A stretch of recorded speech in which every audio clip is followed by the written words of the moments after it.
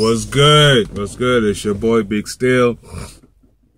Just come and give you a little insight on this winter stuff, winter driving, to be exact. My advice on that is don't do it. If you necessarily don't have to be out there driving while it's snowing, don't do it. No freight is worth your life or anybody else's life out there, you know. As soon as those roads get bad, I pull over. As soon as I see the snow start accumulating up on the ground and all that, I find the next safe spot, pull over, and sit it out till like the morning. Just call my dispatcher, or, well, I don't have a dispatcher. You're looking at the dispatcher. But I just call my my support team and tell them, hey, listen, it's unsafe for me to drive, and I'm shutting it down. I'll resume in the morning. Because no freight is worth my life or anybody else's life out there. These freights, you can replace whatever's in there. You can replace this truck. You can replace the trailer, everything. Can't replace my life or someone else's life, And I'm not doubting my driving. It's other people driving. Because I'm telling you, man, like the other day when I was in Kentucky, it wasn't snowing that bad. It's just a little light snow on the ground, which is not too bad. So, I'm doing about 30 miles an hour. This lady right in front of me spins out. The first rule you do when you lose control over your car or whatever, you take the power away from the wheels. You do not step on the brakes, and you do not, step on your gas. The number one rule is first get control over your vehicle. Once you get control over your vehicle, then you could either, lightly step on the brakes or whatever it is you got to do. But the main thing is get control over your vehicle. A lot of people make a mistake is when they start spinning out or whatever, they want to step on the brakes or, hit the gas or whatever. That's the worst thing you can do. I just make the situation even worse. And that's exactly what she did. I mean, she started fishtailing. All she had to do was just take her foot off the gas, take her foot off the brake, and just, counter steer to, counteract the fishtailing that she was doing. And then she would have straightened right back out and kept on going. No, she decides to step on the gas, y'all. I mean, you could see the wheel just spinning, and she was fishtailing more and more, and then, she spun out and she hit the wall. But, luckily, like I said, we wasn't going that fast, so her bumper, her trunk, the back of the car hit the wall, so she was all right. If it was anything worse than that, then I would have stopped and help her out. But she just, she just broke the tail light, so she was all right. But the moral of the story is, first thing, number one rule: get control over your vehicle before you do anything else. That's the most important rule.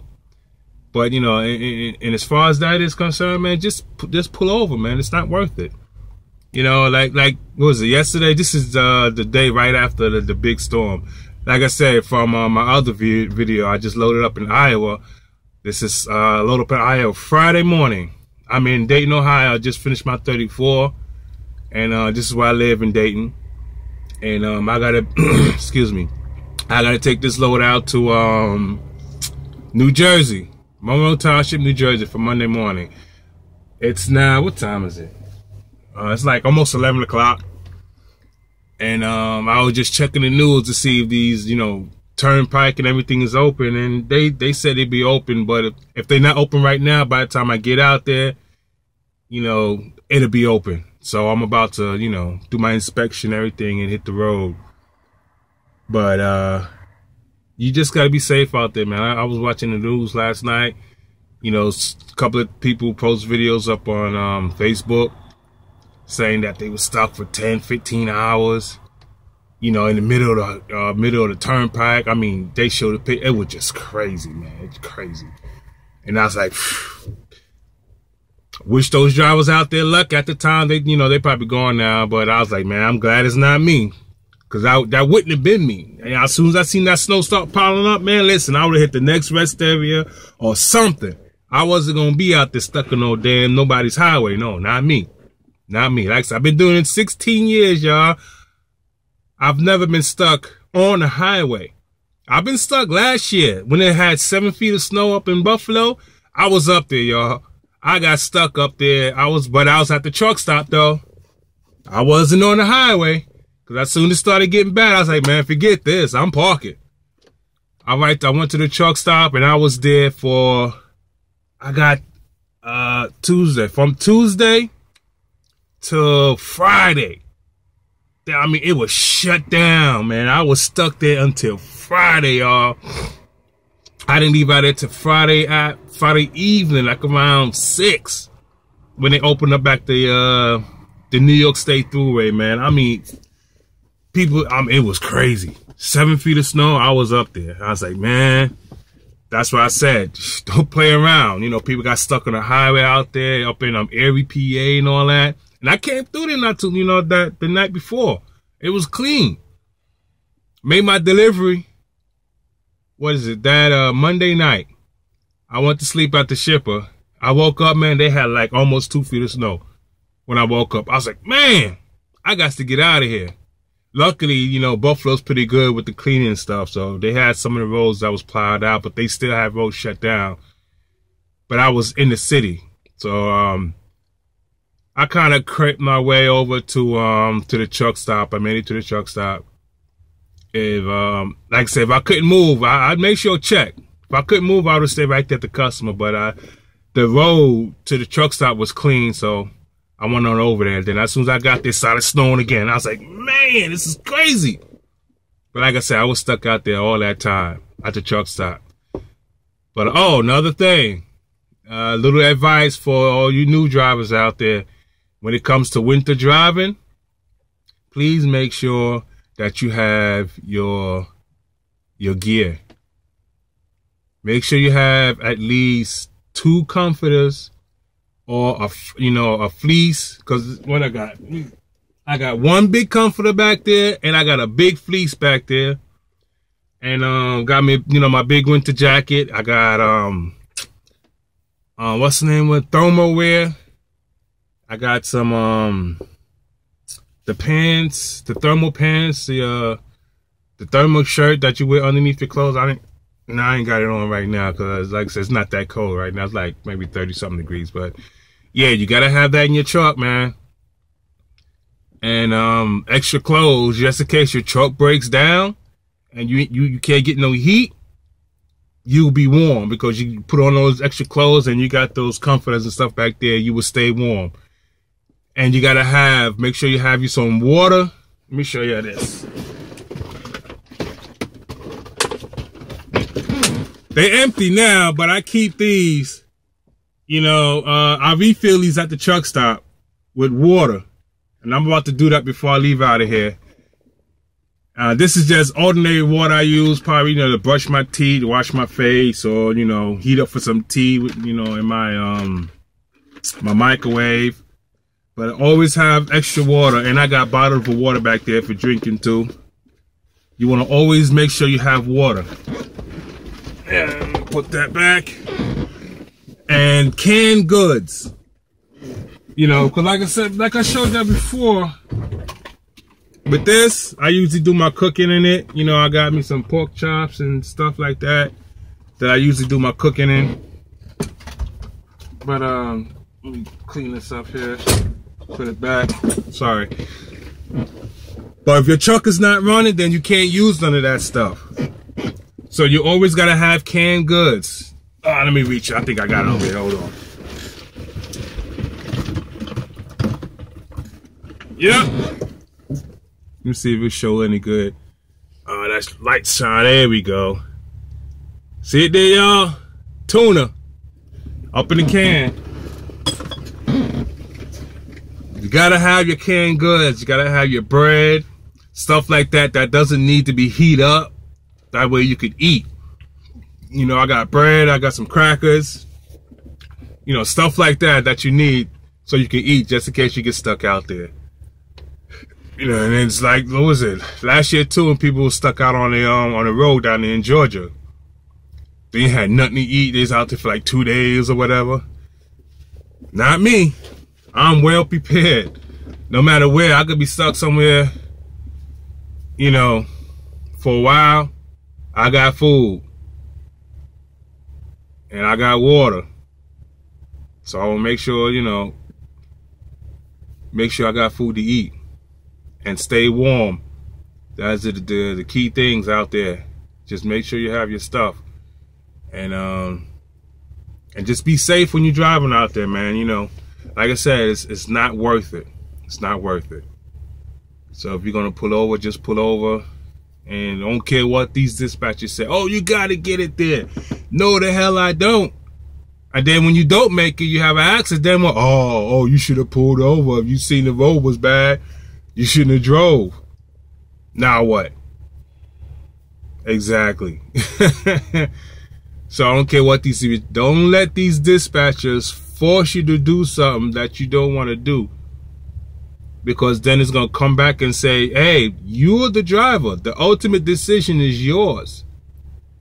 You know, I've gotten dispatchers fired before you know, I was working on my own stuff and I was a company driver.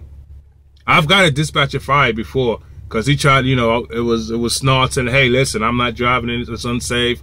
I'll resume in the morning. And, you know, he was like, oh, man, you got to get it there. If you don't go, you're going to lose your job. All this was over the Qualcomm. Hey, you got to have records.